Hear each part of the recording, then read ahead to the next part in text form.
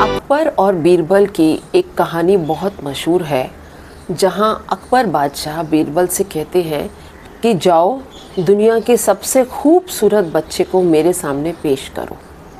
बीरबल कुछ दिन का समय लेके बादशाह को एक गांव में लेके जाता है दुनिया के खूबसूरत बच्चे से मिलाने के लिए। और वो बच्चा एक गरीब सी माँ की गोदी में एक काला सा, नाक बहती हुई, गंदा मटमैला, और बादशाह अकबर उसी माँ के सामने उसके बच्चे के खिलाफ बोलना शुरू कर देते हैं, ये इतना कुरूप बच्चा तुमको सबसे खूबसूरत बच्चा लग रहा है। और माँ उसी वक्त हाथ में एक कटार लेके और राजा के पीछे भागती है कि तुमने मेरे बच्चे को बदसूरत कैसे बोला, कुरूप कैसे बोला।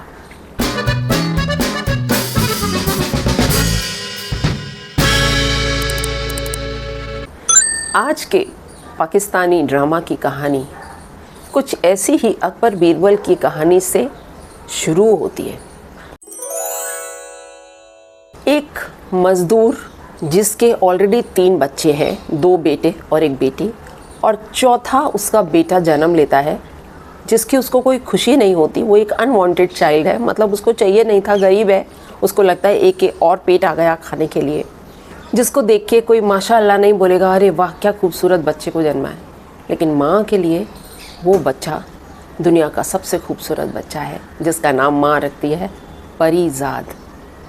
परीज़ाद मतलब परियों के द्वारा भेजा गया या ऊपर से आसमान से आया हुआ एक फरिश्ता।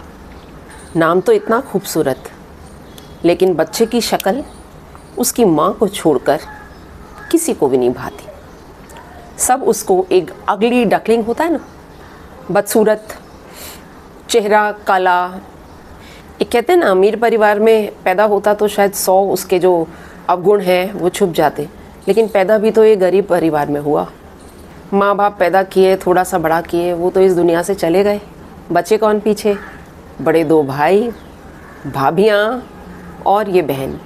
ये बहन अपने आप से ही मजबूर, ये बेचारी अपने को संभालती है और थोड़ा बहुत उसको भी बचाती है जहाँ प्रोटेक्ट कर सकती है। जब हर जगह से ठोकर मिल रही है तो इंसान अपना मन कहीं तो लगाता है। उस बच्चे ने अपना मन उर्दू की पोइट्री में लगाया, पढ़ाई में लगाया। एक सरकारी उर्दू स्कूल में पढ़ के वो लड़का बड़ा हुआ। पर्सनालिटी उसकी दबी हुई, किसी से बात करते हुए डरता है, किसी से ऊंची आवाज़ में बोलते हुए डरता है, किसी के सामने अपना पक्ष रखते हुए डरता है। ऐसे कौन चलता है? ऐसे सर नीचे करके, कंधे ऐसे करके कौन चलता है? जो अंदर से दबा हुआ इंसान होता है वही चलता है। कॉन्फिडेंस नहीं है, कंधे यूँ नहीं है गरूर के साथ। इस परीज़ाद की ज़िंदगी में बहुत सी परियां आती हैं, लेकिन वो परियां उसको कोई वरदान देने के लिए नहीं आती। एक ट्यूशन के दौरान में एक लड़की है, खूबसूरत सी लड़की, जहाँ वो ट्यूशन देने जाता है। मन ही मन में तो उसको पसंद करता है, लेकिन अपनी जो कमी है उसको देखकर वो उसकी हिम्मत भी नहीं पड़ती कि वो कभी ये बोले कि मैं उसे प्यार करता हूँ। वो लड़की किसी और से प्यार कर रही है और उससे छत पर मिलने जा रही है, लेकिन ऐसा कुछ कन्फ्यूजन होता है जहाँ वो फंस जाता है और जलील किया जाता है। बहुत बेचारा मार खाता है, लेकिन अपनी सफाई नहीं देता। वो लड़की जो उसकी ज़िंदगी में पहली परी आई थी, उसकी इज़्ज़त बचाने के लिए ये सारा इल्ज़ाम अपने सर पे ले लेता है। फिर एक बार कॉलेज में जाते हुए एक और जगह पर एक और परी टकराती है। वो परी है या परा है? बबली बदमाश। उस्तादों से उस्तादी। ये बबली बदमाश जो है, ये तो अपनी ही दुनिया में रहने वाली है, जो लड़की के खांचे में तो आ गई, लेकिन है लड़का पूरी तरीके से। ये है तुम लोगों का नहीं, कुछ खिलाते पिलाते नहीं हो खाला इसे। तो उसके माँ बाप परीज़ाद के साथ उसको बांधना चाहते थे, क्योंकि वो लड़की किसी के भी हाथ में नहीं आ रही थी, तो वो वहाँ से भी भाग जाती है। परीज़ाद एक बार फिर से दूसरी परी को खोता है। हालांकि वो उसका प्यार नहीं होती, पर बस एक तरीके से मदद कहते हैं ना, या चलो कोई तो परी है मेरी ज़िंदगी में आ रही है, वो दोनों सिचुएशंस में वो राज़ी होता है। फिर ये परीज़ाद एक तीसरी परी से मिलता है। तीसरी परी उसको फिर से एक कॉलेज में मिलती है, उसको बहुत इज्जत देती है। वो अच्छी है, वो दिल से बहुत अच्छी है, लेकिन खुद ही मजबूर है। उनके पेशे में तो लड़कियों को बड़े होने पर उनकी बोली लगाई जाती है। परिजात को उस दिन एक बात समझ में आती है जो उसकी माँ भी बोलती है लड़की की। लुबना की माँ कहती है, खुद को इतना अमीर करो कि ये जो तुम्हारी शख्सियत के ऐब है ना, दुनिया को स्टाइल लगने लगे, और फिर मेरी लुबना जैसी 1000 लुबनाएं होंगी तुम्हारे आगे पीछे। उसकी बहन की ज़िंदगी में भी कुछ परेशानियां आ रही होती हैं। उसकी शादी एक उससे काफ़ी बड़ी उम्र के लड़के से की जाती है। उसको फिनेंशियल हेल्प चाहिए। किस तरह से उसकी वो हेल्प करता है। एक मकाम हासिल करने के लिए निकल पड़ता है एक जर्नी पर। कराची आ जाता है। कराची आके डॉन के पास नौकरी करने लगता है। एक और परी उसकी ज़िंदगी में आती है। परी का मतलब ये नहीं है कि वो परी सिर्फ उसकी मशूका ही होगी। परियां हैं वो औरतें जो उसकी ज़िंदगी में किसी न किसी रूप में आ रही हैं। डॉन की बीवी जो सीक्रेटली किसी और से मिलने के लिए जा रही है, लेकिन परिजात बीइंग उसका पर्सनल सिक्योरिटी गार्ड उसके साथ में जा रहा है और उसको झूठ बोलती है, उसको इमोशनली बहुत आराम से ब्लैकमेल कर सकती है क्योंकि शरीफ सा बंदा है। जब डॉन को पता चलता है तो डॉन अपनी बीवी के साथ तो क्या करता है वो तो एक अलग चीज़ है, लेकिन परिजात उसका ख़ास बन जाता है। जाते जाते कहाँ जाता है ये मैं नहीं बताऊंगी। क्यों? क्योंकि जिनको पता है उनको पता है, और जिनको नहीं पता है वो इसको देखेंगे तो कुछ तो उनके लिए भी बचा के रखे ना, सब कुछ थोड़ी बताएंगे अभी। तो अपना बिज़नेस सारा एम्पायर जो है वो परिजात के नाम छोड़ जाता है। तो उसकी वो इच्छा कि मुझे तो बड़ा आदमी बनना है, अमीर बनना है, पूरी हो गई। अब तो पूरी दुनिया उसके आगे पीछे घूम रही है। वो भाई भाभी जो कभी उसको ध्यान नहीं देते थे, कुछ खाया पिया या नहीं, एक कोने में पड़ा रहता था। अपने घर के एक काल कोठरी वाला कमरा जो स्टोर रूम था बेसिकली, वो कमरा उसको दिया गया था, लेकिन वो वहाँ पे भी बिना किसी शिकायत के रहता था। वो अब भी उनकी मदद कर रहा है, वो अपनी बहन का भी ख्याल रख रहा है, और उसके साथ साथ उसकी ज़िंदगी में जो भी आए, उसकी ज़िंदगी में पहले वाली जो परियां आई, लुबना आई, बबली बदमाश आई, और उससे पहले नहीद जिसने उसके ऊपर इल्ज़ाम लगाया था छत पे माशूक के साथ मिलने के टाइम पे, वो आई। इन सबको उसने मदद ही की है, किसी का नुकसान नहीं पहुंचाया। अपने दोस्तों को भी मदद की है, जो भी अपने आसपास के लोग थे उनकी भी मदद की है। हर इंसान को उसने मदद की है। एक आखिरी परी जो उसकी ज़िंदगी में अब आती है। 3 You are live now. एक लड़की जो दृष्टिहीन है, मतलब ब्लाइंड है। जी तो लिसनर्स, हस्बे वादा लफ्ज़ों की माला बुनती नज़्म एनी, वो अपने प्रोग्राम्स देती है ऑन एयर। आप लोगों की समातों के नज़र शायर है। वो परिजात की ही शायरी की फ़ैन है। अब परिजात का वो जो छुपा हुआ अंदर का एक कसक है कि मुझे एक इंसान चाहिए ज़िंदगी में जो मुझे भी प्यार करे। जी जनाब, वही जिसका मुझे बरसों से इंतज़ार था। वो परी क्या उसके पास आती है? उस पैसे के गरूर आने पर अपने उस गलत काम को जिसको वो अंजाम दे रहा था, क्या उसको अंजाम देता है? क्या उसके आईने में जो उसका अक्स है वो उसको ये बताता है कि तुम क्या कर रहे हो, या नहीं बताता है? क्या करता है वो इतनी धन दौलत का? बांट देता है, अपने ऐशो आराम में लगाता है, प्लास्टिक सर्जरी करवाता है, अपने चेहरे को सुंदर बनवाता है, या ये सब कुछ छोड़ के कहीं चला जाता है? इन सारी परियों में से कोई परी उसके भी हिस्से में आती है।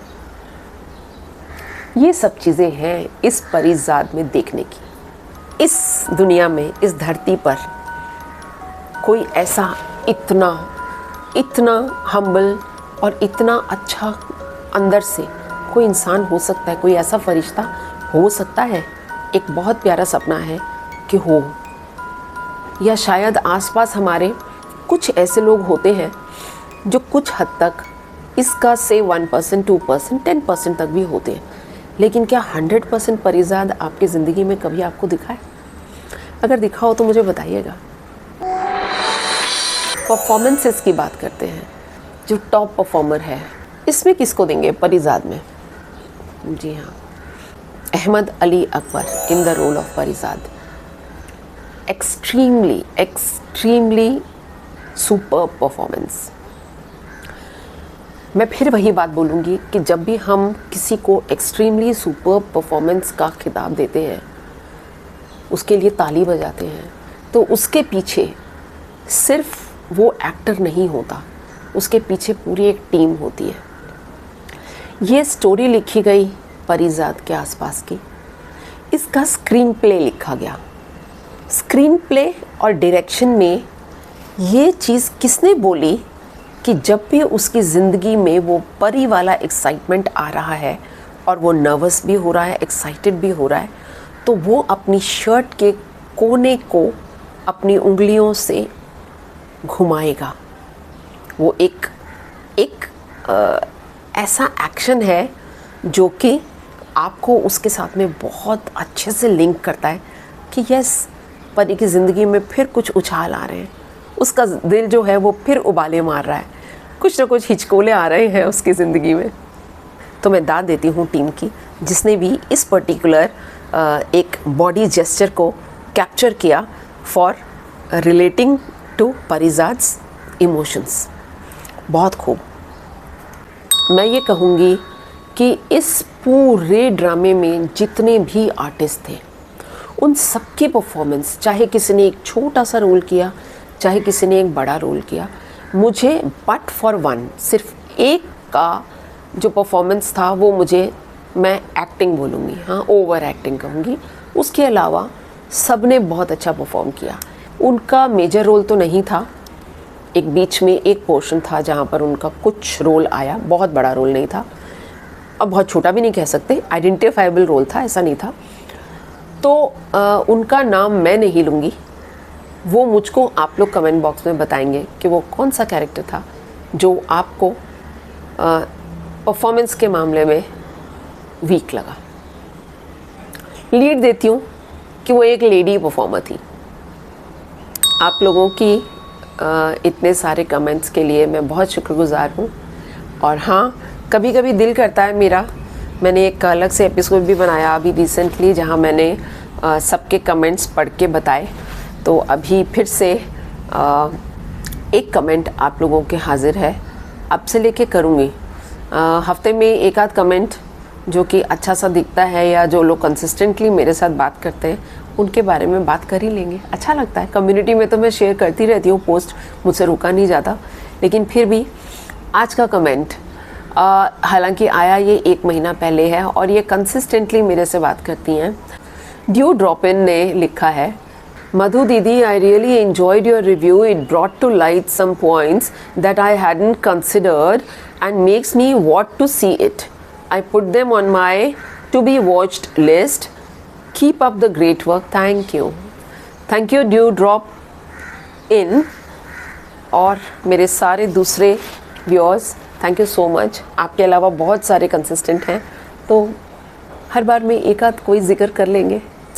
ओ हाँ, एक बात बोलना चाहूँगी, हालांकि मुझे ये बोलते हुए पता नहीं एक हिचक सी होती है हर बार, लेकिन मेरी बहू ने मुझे उस दिन बोला कि मम्मा आप जब भी बात करते हो सबसे तो ये ज़रूर बोलो ना कि वो लोग सब्सक्राइब करें, लाइक करें और सबके साथ शेयर करें, आप क्यों नहीं बोलते हो?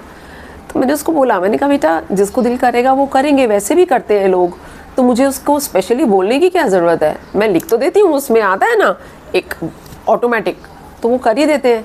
तो कहती नहीं मम्मा बोला करो, क्योंकि हम सब लोग जो व्यूअर्स होते हैं ना, वो देखकर कई बार हमें इतना ध्यान नहीं जाता कि हाँ हमें इसको शेयर भी करना है, दूसरों के साथ में सब्सक्राइब तो कर देते हैं। तो चलिए अपनी बहू के बोलने पर मैं आप सब लोगों से बोल देती हूँ कि प्लीज़ सबके साथ शेयर कीजिए ज़्यादा से ज़्यादा।